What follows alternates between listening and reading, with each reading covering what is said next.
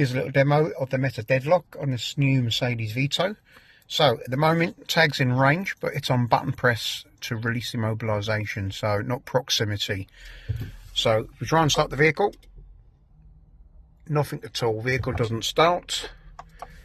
And then what we need to do now, if I can see the LED, if you press the button on the tag, it flashes back. That means it's done a little handshake with the unit. So now when we start the vehicle will start and run. Switch it off, a couple of minutes later it will be blocked again and you'll need to press the button to deimmobilize it. So it's the meta deadlock on this new Vito. No tag, no start. Interested in getting your vehicle secured? Give us a call, Tony Elite Car Security, 0333 012 9028.